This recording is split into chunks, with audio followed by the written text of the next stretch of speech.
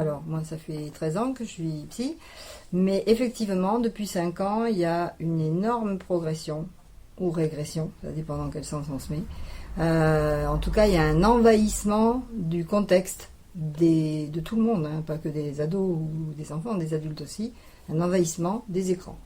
Disons que tout le monde est tout le temps, ou quasiment tout le temps, sur les écrans. Et donc, effectivement, il y a des effets. Mais je suppose que tu vas me poser la question après.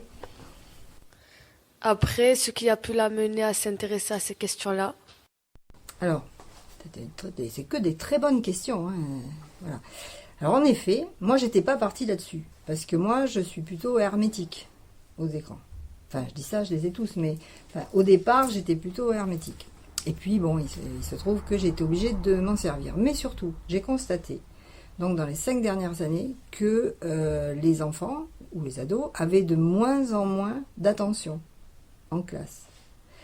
Les enseignants, que je vois aussi, me disaient aussi, ils ont de moins en moins d'attention. On ne peut plus les capter. 20 minutes et c'est tout.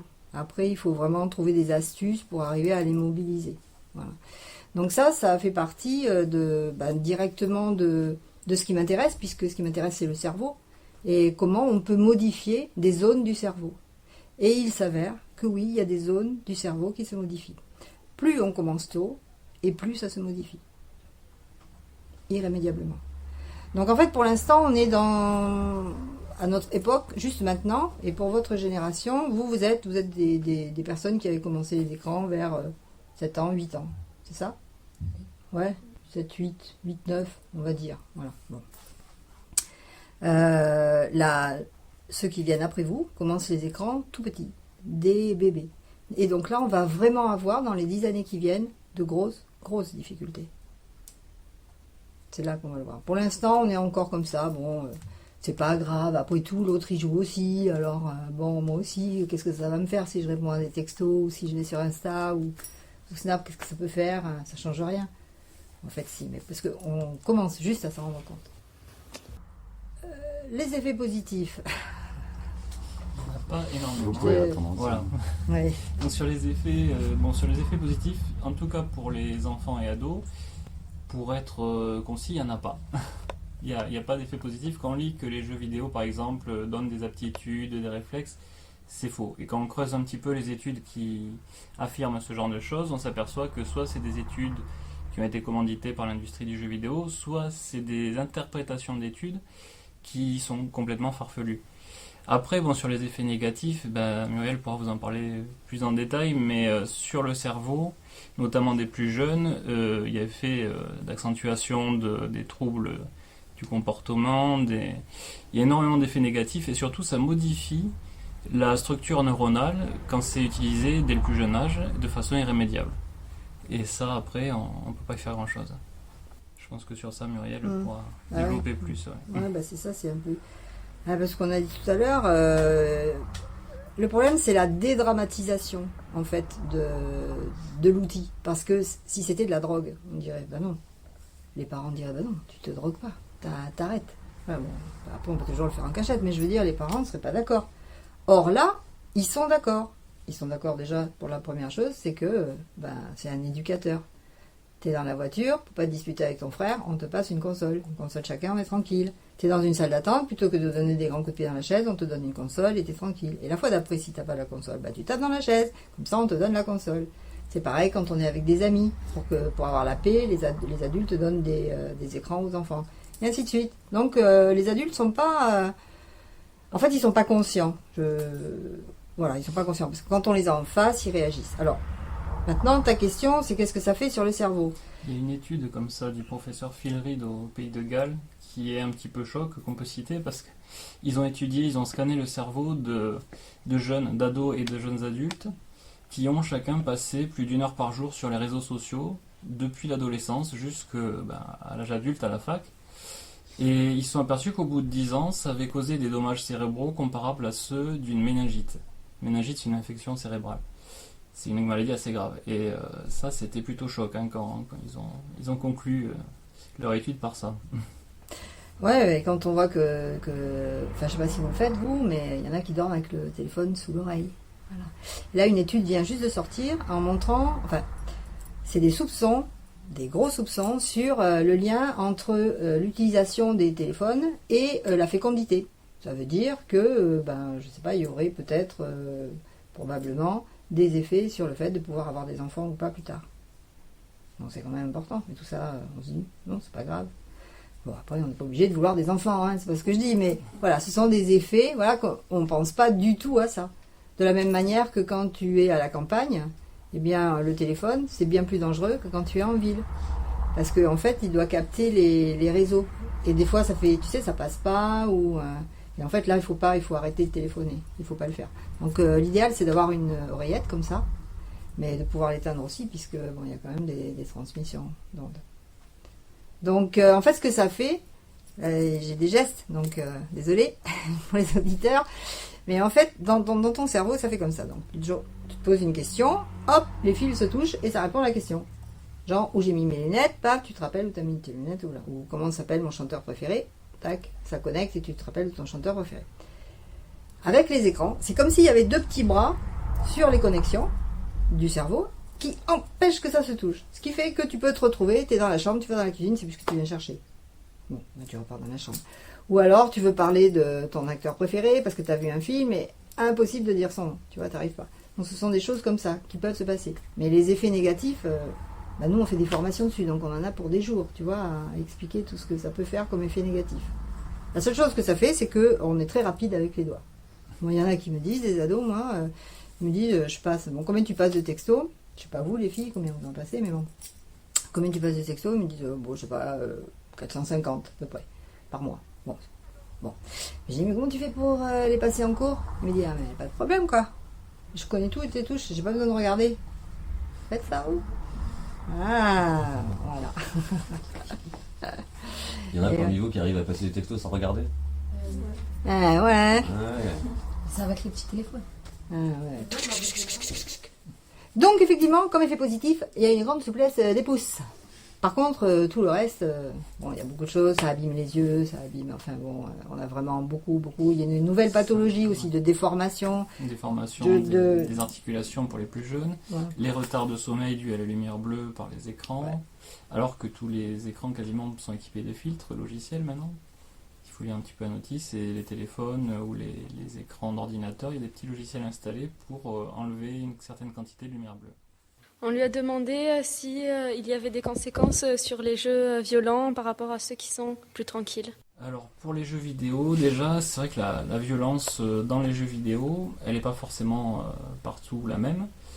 Mais bon, les jeux vidéo ont un impact globalement négatif, surtout sur les enfants scolarisés, parce qu'il y a un facteur d'addiction dedans. Et les jeux vidéo violents, comme Muriel pourra développer plus amplement, ils causent plus d'agressivité et ils changent le comportement, surtout chez les enfants et ados qui sont en pleine croissance et qui sont en train de construire justement leur personnalité. Et ça, c'est des modèles qui sont même inconsciemment intégrés au cerveau et qui peuvent changer carrément la personnalité dès le départ des enfants. Ouais. En fait, il y a des zones dans le cerveau, je vais essayer de dire simplement, il y a des zones dans le cerveau qui se modifient. En fait, plus on voit des scènes violentes, et moins on réagit. Genre, tu vois quelqu'un qui se blesse, la première fois, c'est voilà, tu fais comme ça. Et puis, si tu en regardes beaucoup, à la fin, il tombe, il se fait mal, voilà, il tombe, il se fait mal, et ça fait rien. Le problème, c'est que ce qui se passe là, ça ne se passe pas que sur les écrans, ça se passe aussi dans la vraie vie. Donc, tu vois une agression dans la rue, en fait, c'est comme si tu étais sur un film. Tu n'as pas l'impression que c'est bien grave. Il y a une espèce de dédramatisation. Et c'est pas que comportemental, c'est vraiment une aire cérébrale qui se modifie. Vraiment. Donc ça, c'est un effet.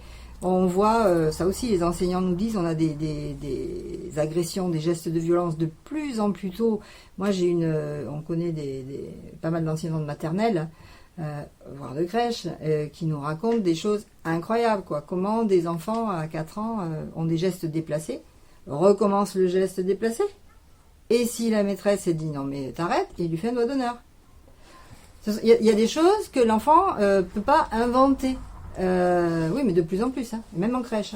Donc ça va loin, parce que les enfants de plus en plus petits ont accès à ça. Mais pas forcément... Par exemple, il y a un grand frère. Souvent les grands frères, parce que les garçons jouent plus, et les filles sont plus sur les réseaux. Rien de dire, Souvent c'est aussi, comme ça. les adultes sont mal renseignés sur le contenu des jeux. Oui, aussi. Mais même quand ils voient interdit à 18, ils se doutent bien que c'est pas à 18 violons, quoi. C'est à 18 ans. Ils ne donc, regardent pas en bon, général. bon. Mais ils se disent, oh, c'est pas grave, l'autre il y joue. Alors, voilà. Et pour un ado, c'est bien de jouer à un jeu de 18 ans. Et encore mieux pour un enfant à 9 ans de dire, ouais, je joue à GTA ou je joue à Call of. Ça veut dire qu'il est grand dans sa tête. Ça veut dire ça. Or, c'est pas du tout ça. Et il peut pas gérer les émotions comme un grand peut le faire. Jouer à GTA quand on a 20 ans ou 25 ans, il n'y a pas de problème, c'est un défouloir. Les gens qu'on ne peut pas écraser dans les rues, on les écrase sur le jeu. Mais quand on a 12 ans, c'est pas pareil. Le cerveau ne réagit pas de la même façon. Il croit que c'est bien. Je vais vous raconter une petite anecdote. Donc c'est aux États-Unis. Il y a un ado, il a 13 ans, et son copain à côté de lui, il est mort. Donc la police arrive. Déjà, ils se demandent qu'est-ce qu'il fait l'autre à côté. Et il lui dit qu'est-ce que tu fais? C'est toi qui as tiré? Et il dit bah oui. Et il dit et qu'est-ce que t'attends? Il dit sa seconde vie. À 13 ans quand même. Donc voilà. C'est un peu extrême. C'est un peu extrême. Mais enfin bon, ça existe. C'est la vérité. Et à 9 ans, un enfant, il serait tout à fait capable d'attendre que les choses... Donc là, il y a une réelle confusion entre le réel et le virtuel, quoi. Voilà, Ils sont exactement. complètement, Et avec les casques, parce qu'on travaille beaucoup avec les casques virtuels, c'est encore pire, parce que là, on est dedans, mais c'est incroyable. C'est incroyable. Il va y avoir dans les parce que le casque, ça va se généraliser. Et on va vraiment être dans des mondes virtuels. Chacun aura son casque et va se déplacer dans la rue. Et personne ne verra personne, parce que bien sûr, vous ne voyez pas, personne ne voit personne. Actuellement, il faut bien préciser en plus que les casques de réalité virtuelle sont fortement déconseillés, voire interdits aux moins de 13 ans. Pour plein de raisons neurologiques et sur les ophtalmos aussi le déconseillent. Donc ça, les parents sont peut-être pas forcément non plus informés. La règle numéro 1, c'est que c'est toi qui dois maîtriser l'écran et pas l'écran qui doit te maîtriser. C'est toi qui dois contrôler l'écran et pas lui qui te contrôle. C'est un peu comme la drogue, ça. Les gens qui se droguent beaucoup, ils pensent qu'ils arrêtent quand ils veulent. Sauf que c'est faux. Ils n'arrêtent pas quand ils veulent. Ils arrêtent quand ils peuvent. Donc quand ils ont de l'aide. Donc quand on est addict aux écrans, c'est extrêmement difficile. Tout seul, c'est quasiment impossible. Alors après, il y a des techniques aussi pour arrêter, qu'on développe aussi en conférence ou en formation pour aider les gens à freiner. Parce que si on enlève un écran à un ado maintenant, c'est pas compliqué, il va aller ailleurs. Si les parents coupent le Wi-Fi, c'est pas grave, il va craquer le Wi-Fi du côté, celui d'à côté. Donc c'est pas compliqué, comme les parents de toute façon comprennent rien. Donc c'est vite fait. Alors une utilisation optimum des écrans, c'est une utilisation responsable des écrans. C'est pareil qu'avec le chocolat. C'est quoi une utilisation optimum du chocolat? Sans manger pour avoir la dimension de plaisir. Si tu manges 5 plaques par jour, il n'y a plus la dimension de plaisir, il y a la dimension d'addiction. Voilà, c'est un petit peu ça.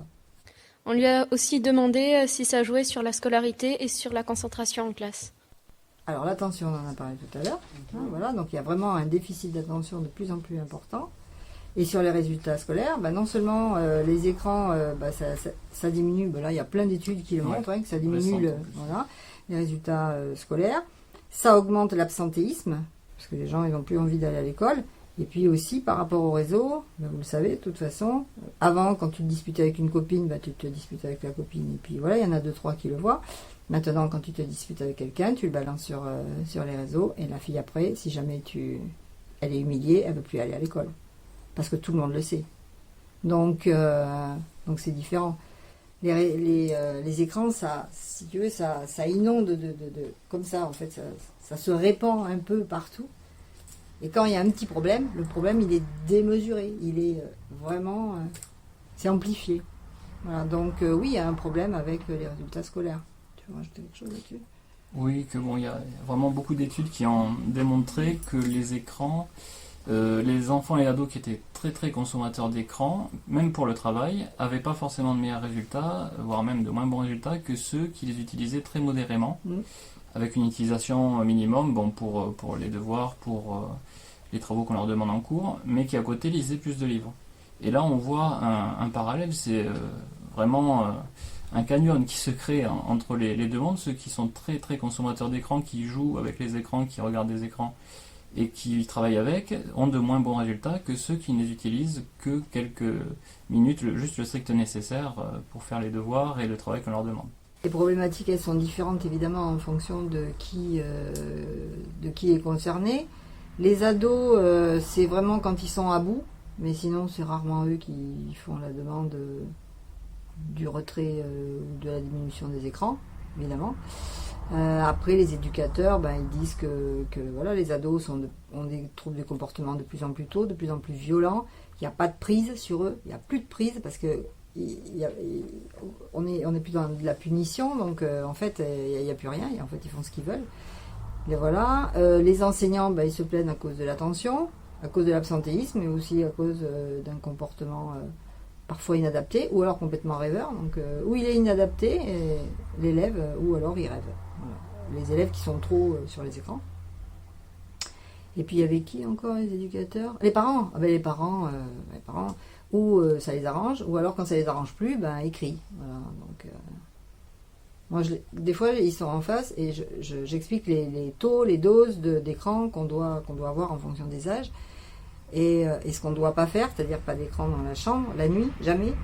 Tant qu'il y a des études, il n'y a pas d'écran dans la chambre. Et les parents disent, ah tu vois, je te l'avais dit. C'est pas à l'ado à fixer les règles, c'est aux parents à fixer les règles. Voilà, c'est comme aller à table avec un téléphone. Vous le faites? Il y en a qui vont à table avec un téléphone? Non, on peut pas. Il y en a qui le font, hein. Donc, non, ça se fait pas. De toute façon, oui, mais quand vous voyez même vous, entre élèves, la plupart du temps, ça se passe comme ça, parce que nous, on filme des fois. Chacun a son portable, chacun a son téléphone. Et les gens ne communiquent pas. Sauf que des fois, ils jouent ensemble, à la même table, à travers le téléphone. Donc les gens sont ensemble, mais ils ne sont pas ensemble. Donc, on a aussi voulu savoir s'il y avait une prise de conscience de ces problématiques de la part des patients. Les enfants, non, parce que pour eux, c'est normal. C'est plutôt ceux qui sont privés d'écran qui trouvent que c'est pas normal, parce qu'ils ne comprennent pas ce que ça peut faire. Mais ceux qui sont sur écran, non, ils trouvent que c'est tout à fait normal, tout va très bien. Au contraire, s'ils pouvaient en avoir plus, ça serait mieux. Et puis les parents, ça dépend. Il y a moi je vois ici au cabinet une plus en plus grande scission entre les parents où il n'y a pas d'écran, il n'y a même pas de télé à la maison. Donc c'est une élite, voilà. Et puis l'autre côté, où c'est le contraire. Toutes les chambres, parce que moi je travaille sur l'hôpital, toutes les chambres de tous les enfants sont équipées de tous les écrans. Tous. Dès tout petits. Parce que les parents pensent, ces parents qui sont défavorisés, pensent que les écrans, ça va être bien parce que ça va leur apporter tout ce qu'ils n'ont pas eu, eux, et que comme ça ils vont pouvoir apprendre mieux, comme ça ils vont pouvoir communiquer mieux, savoir plus de choses. Je pense que ça doit être pour ça. Et je lui ai finalement demandé quel était le rôle des écrans sur les relations sociales. C'est un peu ce que je te disais tout à l'heure, les relations sociales sont un peu biaisées parce que oui, on est ensemble, mais non, on n'est pas vraiment ensemble. Et puis parce que la moindre chose qu'on dit, elle peut être répétée, divulguée, donc du coup, on peut être aussi plus méfiant, faire attention à ce qu'on dit, à qui on le dit, parce que sinon, ça va passer. Mais là, c'est maintenant, parce qu'au début, c'était le contraire. Il y avait des photos partout, dans tous les sens, il y a eu des dérives. Un petit peu moins maintenant, ça commence à régresser, surtout avec les filles, parce qu'on se dit, pourquoi on la mettrait pas sur Facebook? Pourquoi, puisque je peux y aller à 13 ans, pourquoi je peux pas y aller à 9 ans? C'est quoi la différence? Et en fait, il y a de la différence, puisqu'on a retrouvé il y a eu des gros problèmes, voilà. Il y a eu des problèmes de harcèlement aussi, donc ça, dans les relations sociales. Mais l'écran en lui-même, il n'est pas négatif. Moi, je ne suis pas contre les téléphones, ni contre les autres écrans, parce que j'aurais du mal, parce que je les ai tous, mais bon. Mais c'est l'utilisation qu'on en fait qui peut être dangereuse. Comment on l'utilise?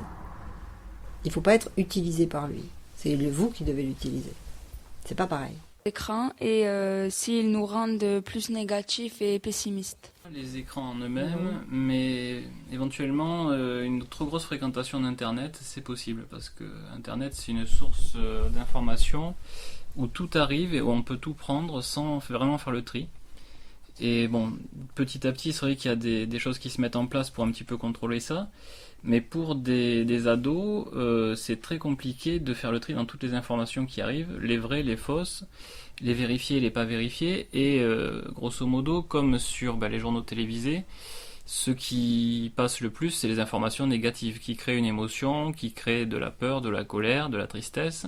Et là, on en est bombardé sur Internet. Donc effectivement, pour des ados, ça peut donner une image un petit peu négative du monde, et du coup, ça peut rendre un peu pessimiste, ouais, peut-être. Ouais. Et en même temps, il y a tous les blogueurs, toutes les blogueuses, tous les youtubeurs qui arrivent à faire des choses sympas et qui auraient peut-être pas pu s'il n'y avait pas eu ça. Donc, et en même temps, quand on est youtubeur, on se met sous l'œil de l'autre. Donc l'autre peut dire mais c'est nul ton truc, va mourir, va te suicider même. Il y en a, donc on le voit écrit ça des fois, c'est tellement nul. Alors donc la personne, elle peut se dire, parce qu'il y a que ceux qui pensent que c'est pas bien qui écrivent. Ceux qui pensent que c'est bien, c'est rare. Ou alors les copines. Mais sinon, voilà. En général, les gens ont plus de facilité à se plaindre et à critiquer plutôt qu'à dire c'est bien et à relever. Mais il y en a. Bon, par exemple, les comiques comme Norman, Squeezie, Cyprien, ont bien réussi et sont passés à côté de la critique. Mais il faut savoir... il faut parler la même langue, sinon c'est pas la peine. Voilà, il faut savoir combien il y en a. C'est comme si tu regardes les anges. Ça, la télé, donc c'est un écran aussi. Quand tu regardes les anges ou quand tu regardes les Ch'tis ou les Marseillais, tu te dis, waouh, quand même, voilà quoi. Elle est à New York ou elle est, je sais plus où ils sont, à Hawaï, et ils peuvent faire des trucs trop sympas. Et après ils sont connus et après ils deviennent chroniqueurs. Alors que les autres, ils ont passé 5 ans d'études et ils sont toujours pas chroniqueurs. Mais bon, donc on peut se dire, ouais, c'est bien, ça permet de faire plein de choses à travers l'écran. Mais on voit qu'une partie. Parce que ces gens-là, après, faut voir comment on les ramasse. Je lui ai ensuite demandé que faire pour utiliser les écrans de manière moins addictive. Alors, quand on est ado, on fait de la sélection. Par exemple, tu fais les devoirs et bien sûr, qu'est-ce qui se passe? Ton portable, il vibre. Parce qu'il sonne pas, bien sûr, parce que sinon ta mère elle va voir. Mais il vibre. Donc, il vibre, qu'est-ce qui se passe? Alors, tu te dis, qui c'est qui m'a écrit? Donc, tu vas voir. Donc, tu regardes qui t'a écrit. Et une fois que tu sais qui t'a écrit, qu'est-ce que tu fais? Je réponds. Voilà, d'abord tu les lis et ensuite tu réponds. Alors, qu'est-ce qui se passe dans le cerveau quand tu fais ça? Imaginons que tu es en train d'apprendre une leçon. Donc, tu apprends la leçon. Et là, il se passe ça. Et ben, en fait, dans ton cerveau, ça enlève tout. Donc après, tu reviens sur la leçon, il faut tout recommencer. Parce que tu te rappelles plus de rien. Donc en fait, tu perds beaucoup de temps. Donc tu as l'impression que tu travailles beaucoup, mais tu travailles pas beaucoup. Donc ce qu'il faut faire, c'est que, par exemple, quand on fait les devoirs, il y a 0 écran à côté. 0 écran, d'accord? Par contre, tu peux dire, je travaille 1 heure, et après, je vais voir mes écrans pendant un quart d'heure, et puis je reviens. Mais tu peux pas faire les deux, ça n'existe pas le multitasking. Quand on est en situation d'apprentissage, ça n'existe pas. Donc voilà, tu peux faire ça déjà. Dire toutes les heures, je vais checker mes mails ou mes textos. Et ma dernière question, elle était sur les dommages causés. Je voulais savoir s'ils sont réversibles et comment les limiter. Alors là, ça dépend de l'âge auquel on est exposé aux écrans. Avant l'âge de 6-7 ans, il y a beaucoup de choses qui sont irréversibles. Des modifications sur le cerveau. Après, tout dépend de la dose aussi. Il y a les fortes expositions, c'est l'enfant qui reste 2 heures par jour sur les écrans, sur les jeux vidéo, sur la télé surtout, voire plus, parce que maintenant on a des moyennes qui ont augmenté, il y a même 7 heures qui sont avancées par certains organismes. Là, il y a des dommages irréversibles. Après une utilisation modérée, quand on est accro soit à un jeu, soit aux réseaux sociaux, à l'adolescence, il est toujours possible de revenir en arrière et de limiter les dégâts, si je puis dire. C'est-à-dire que là, c'est plutôt comportemental. C'est plus les zones du cerveau qui ont été modifiées par l'utilisation des écrans. C'est une addiction qui s'est faite petit à petit. Et on voit ça beaucoup avec les jeux vidéo aussi. Parce que intentionnellement, les jeux vidéo sont faits pour être addictifs. Maintenant, quasiment tous. Donc, on le dit même dans les publicités à la télé, ce jeu est addictif. Addictif, c'est pas une qualité, c'est une pathologie. Donc un jeu, il doit être amusant, pas addictif. Du coup, maintenant, comme c'est addictif, effectivement, les adolescents qui sont à un âge où ils ont tendance justement à être addicts déjà, passe beaucoup de temps dessus. Donc il faut peut-être se demander au départ, quand on pratique une activité sur écran, que ce soit un jeu vidéo ou autre chose, si vraiment c'est pour le plaisir ou si c'est l'addiction qui pousse à continuer ou à passer trop de temps dessus. Donc pour limiter les dégâts, pour toutes les pratiques numériques, il faut se poser la question, est-ce que c'est vraiment amusant ou alors est-ce que j'ai envie de continuer parce que j'arrive pas à m'arrêter? Donc moi, je suis partie demander pourquoi y avait-il si peu de prévention à la télé et sur les journaux par rapport au risque des écrans. Parce que c'est du commerce. Donc, il faut vendre. Donc, ils risquent pas de dire... Ou alors, ils disent, c'est comme les gâteaux, quoi. Trop manger de chocolat, ou trop manger sucré, manger trop sucré, ou trop salé, c'est pas bon pour la santé. Sauf que ça veut dire quoi, trop? C'est quoi trop? C'est combien? C'est 2, 4 bonbons, 8? C'est quoi trop? Donc, en fait, ils se débrouillent pour qu'il n'y ait pas de dosage. Donc comme ça, c'est facile. Alors, c'est un commerce, hein, il faut vendre. Les concepteurs de jeux vidéo, c'est la seule chose qu'ils veulent. Ce que je peux vous dire quand même, c'est que ceux qui créent les jeux vidéo, donc ceux qui sont à la Silicon Valley, ils mettent leurs enfants dans des écoles Waldorf, c'est-à-dire des écoles où il n'y a pas d'écran, il y a 0 écran. Pourtant, il pourrait y en avoir toutes les 10 cm, hein, vu ce qu'ils ont, mais il n'y en a pas. Donc, ça répond à la question. Si c'était bien, ils le remettraient. Hein. Ensuite, je lui ai demandé quels étaient les avantages des écrans dans nos vies et par rapport à notre accès à la culture et aux informations. Bah, c'est un peu ce qu'il disait. C'est-à-dire que l'information, nous, en formation, on apprend aux gens, tu vois, par exemple, tu vois une photo, est-ce qu'elle est vraie, est-ce qu'elle est fausse, elle a été prise quand, elle correspond à quoi. Donc ça, on apprend aux gens à le faire. Mais tout le monde ne va pas chercher pour toutes les images, est-ce que c'est vrai, est-ce que c'est faux. En plus, les infos, elles défilent tellement vite, t'as pas le temps de te poser dessus. T'en vois une, il y en a une autre, t'as pas le temps de regarder et d'aller voir si l'info, elle est vraie ou fausse. Donc toi, t'absorbes, on t'a dit ça, bon, bah alors ça, c'est vrai. Voilà. Toi et les autres, hein, je veux dire, toi, c'est tout le monde. Tout le monde. Mais c'est vrai que ça facilite, facilite, aussi, hein. Ça facilite l'accès à la culture, ça facilite l'accès à toutes sortes de données, on peut apprendre des choses tout seul grâce aux nouvelles technologies, ça rend l'information plus fluide puisqu'on peut soi-même dire ce qui s'est passé et en direct témoigner de certaines choses sur internet, bon, même si ça peut le rendre aussi plus obscur parce qu'on ne sait plus où on en est avec tous les témoignages qu'on peut trouver. Mais ça donne un accès à la communication, à l'information, à la culture qui est plus rapide. Le plus dur étant justement de sélectionner ce qu'on veut apprendre avec ça et ce qu'on veut en faire. Tu veux aller dans un musée, tu peux pas y aller parce que c'est trop loin, donc tu peux visiter, faire des visites virtuelles, par exemple.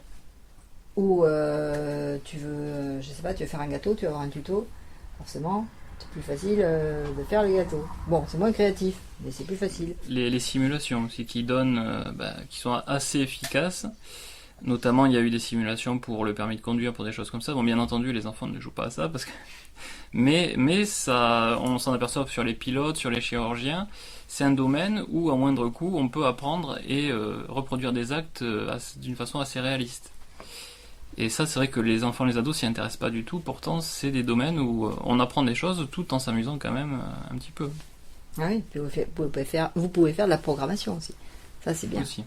Mais c'est pas pareil. La première question, c'était quelles zones du cerveau étaient stimulées par les écrans? Ouais, c'est ça active. En fait, il y a une activation de certaines zones qui sont liées à la récompense. En fait, quand on joue, ce qu'on cherche, c'est une récompense immédiate. Pour les jeux, hein, je parle. C'est la récompense immédiate. Et c'est pour ça que les jeux les plus addictifs sont les jeux les plus... les moins intelligents, on va dire. Donc, des jeux de tir, tu vois, en rafale ou comme ça. Oui, dans Call of, où tu tires, t'es jamais mort. Donc voilà. Alors qu'il y a des jeux de guerre, par exemple, qui peuvent être pas mal parce qu'il faut beaucoup réfléchir. Et une fois que t'es mort, t'es mort. Donc, je suis pas non plus contre la guerre, voilà. Mais il faut pouvoir gérer, pouvoir gérer les choses. Et ça modifie toutes les zones du cerveau, comme on l'a dit depuis tout à l'heure. Vraiment, toutes les zones sont modifiées. Des fois en bien, mais rarement, et souvent en mal, malheureusement. Surtout si tu l'utilises trop. Ouais, c'est l'utiliser un peu, c'est bien, il n'y a pas de problème. Les jeux comme Candy Crush ou Clash of Clans, où on est continuellement récompensé, où on doit débloquer du contenu pour passer au niveau suivant, au palier suivant, ça exploite à fond ce système, ce mécanisme des zones de récompense. Donc à chaque fois qu'on a gagné un petit quelque chose, que ce soit des gemmes, des pièces d'or, un niveau supplémentaire, un objet, on a une récompense. Et il y a un parallèle qui se fait avec les enfants qui sont en cours après, qui étudient. Là, ils passent 2 heures ou 3 heures à travailler, ils font une interrogation et il n'y a pas de récompense immédiate. Ouais.